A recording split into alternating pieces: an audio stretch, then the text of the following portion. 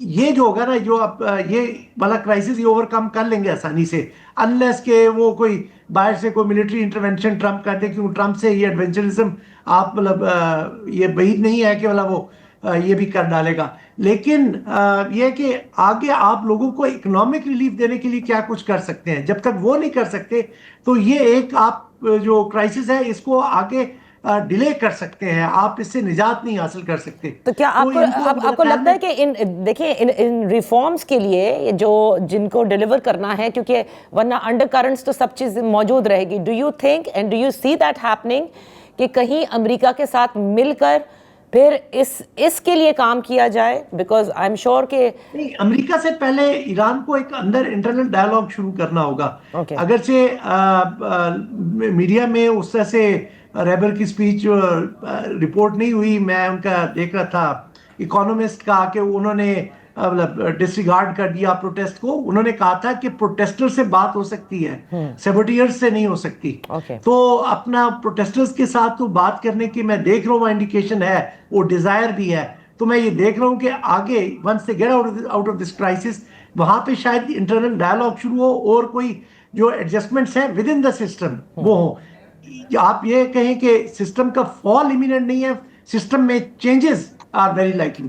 Okay, اور ابھی کیونکہ آپ نے کہا کہ کافی حد تک ان پروٹیسٹ کو جو ہے وہ کرب بھی کر لیا گیا ہے, یعنی کہ اب اس پیمانے پر نہیں ہے, تو کیا آپ یہ کہہ سکتے ہیں سیفلی کہ اب ریجن کو کوئی خطرہ نہیں ہے؟ بیکاز اگر یہ پروٹیسٹ بڑھتی ہیں تو اس کا سپل ظاہر ہے آذربائیجان ہے, پاکستان ہے, پورا گلف ریجن ہے, تو یہ تو خطے کے لیے کافی سیزمک ایکٹیویٹی ہو جائے گی پھر. جی مطلب یہ تو میں کانفیڈنٹلی کہہ سکتا ہوں کہ سسٹم کا اس وقت کولیپس کا خطرہ نہیں ہے, لیکن فورن انٹرونشن کا, ملٹری انٹرونشن کا وہ خدشہ ہے, کیونکہ ٹرمپ نے بارہا یہ دیا ہے کہ میں کروں گا. اس کو ٹرمپ کو ایران میں جو رائٹس سچویشن ہو, اس کو اکنامک سچویشن ہو, اس کو پرسنل فریڈمز ہو, اس سے کوئی تعلق نہیں ہے. اس کا مسئلہ ہے کہ کسی طرح سے ایک تو پرو اسرائیل ایک سسٹم ہو, یا ایٹ لیسٹ وہ فرینڈلی ہو اسرائیل کے ساتھ. سیکنڈلی ایران کا نیوکلیئر پروگرام ختم ہو.